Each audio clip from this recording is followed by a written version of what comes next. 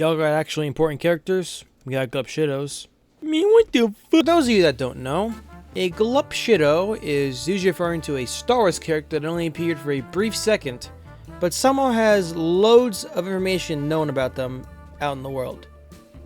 That is what D261 is in the world of Thomas to an extent. Us fans know him pretty well by a few names like Boulder, but the average Joe would not have any idea who this is.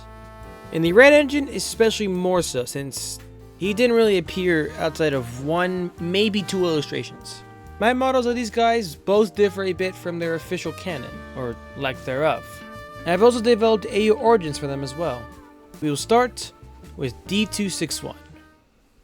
In my AU, D261 is not named Buller, in fact that's actually insulting to him, and is actually named Ringner. Ringner had his trial on Sodor at the same time as the Railway series when Stepney was visiting. He had his incident with the bowler hat and left Sodor right after. In his universe, he is in fact the real-life D261 and was withdrawn from service in 1983. He was very close to being scrapped like in real life, but was saved. See, during one of Bear's trips to the mainland, Bear happened to find him and cut him a deal to give him a second chance. He would only be saved in the long term if he assured a newly turned leaf on his part. And Ringner, being humbled by his near-death experiences, agreed instantly. Bear towed Ringner back to Sodor, and Ringner was formally purchased shortly after.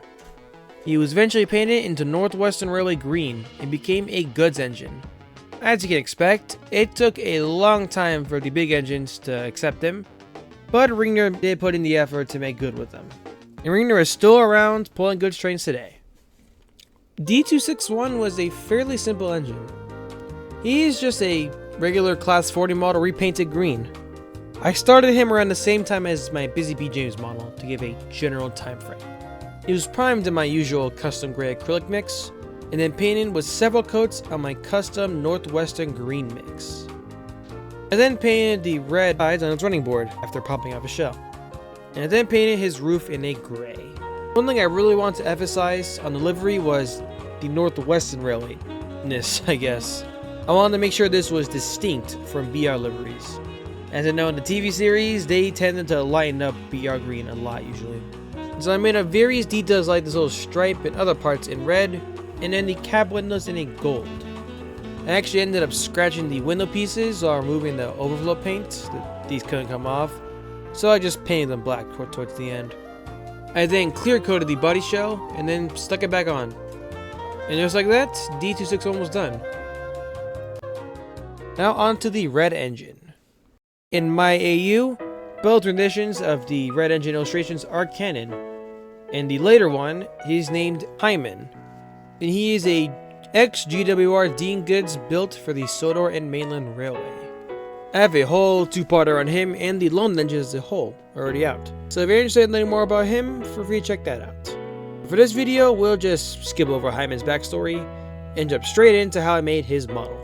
Hyman is an Oxford Rail Dean Goods that I bought from Rails of Sheffield for a bargain. This model is glorious. Oxford never misses. It's so nice. I started him around the same time as my Sydney model, which I have yet to showcase. I first took the body apart, and then primed the boiler and tender. After priming, I painted Hyman in a pale red acrylic. It was actually a mixture that I made years ago when I attempted to make Harvey. And I still had the paint bottle and I dug it out for this. As in preservation, Hyman became a rescue engine backup. After some cleanup in black paint, I did some accenting with silver on the handrails and gold for the cab windows and trims. After a clear coat to the painted parts, Hyman was done. Another very easy and simple model.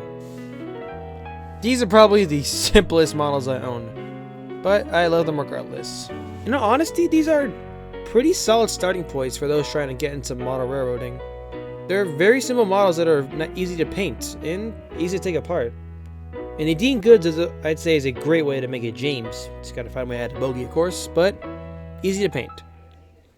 And I might as well shed a little teaser on one of my next upcoming models. That's gonna be a big one.